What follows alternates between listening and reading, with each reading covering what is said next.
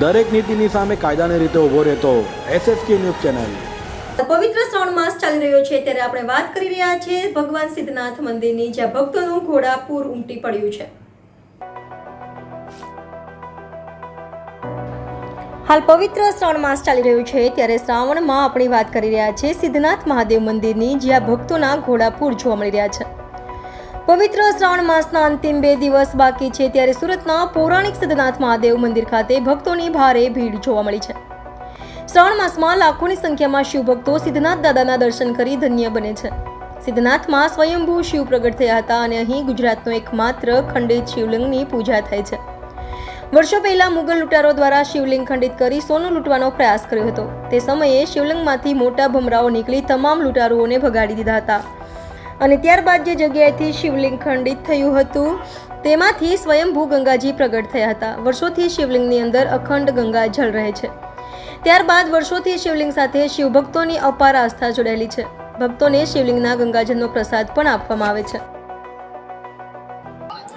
મારું નામ કીર્તન ગોસ્વામી છે। આપણે સિદ્ધનાથ મહાદેવના પૂજારી છીએ।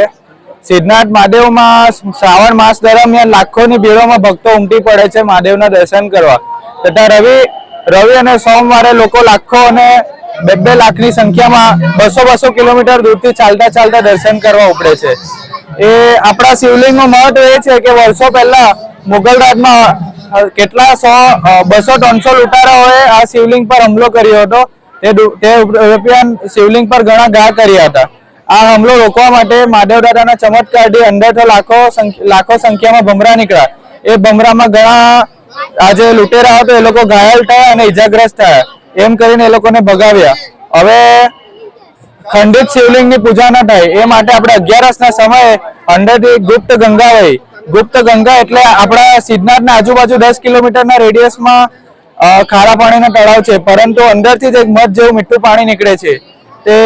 એનો લાભ લેવા માટે લોકો 200 કિલોમીટર દૂરથી ચાલતા આવે છે અને શિવલિંગનો દર્શન કરે છે અને લાભ લે છે। શ્રાવણ માસ દરમિયાન દર રવિવાર અને સોમવારે અલગ શણગાર કરવામાં આવે છે। આજે શ્રી કેદારનાથ ધામનો શણગાર કરવામાં આવ્યો છે, જે તમે જોઈ જ શકો છો અંદર જઈને। તે માટે હવે કેદારનાથ ભગવાનના દર્શન 2 દિવસ માટે રાખવામાં આવશે, ત્યારથી શ્રાવણ માસ અંત થશે। દરેક નીતિની સામે કાયદાની રીતે ઊભો રહેતો SSK ન્યૂઝ ચેનલ।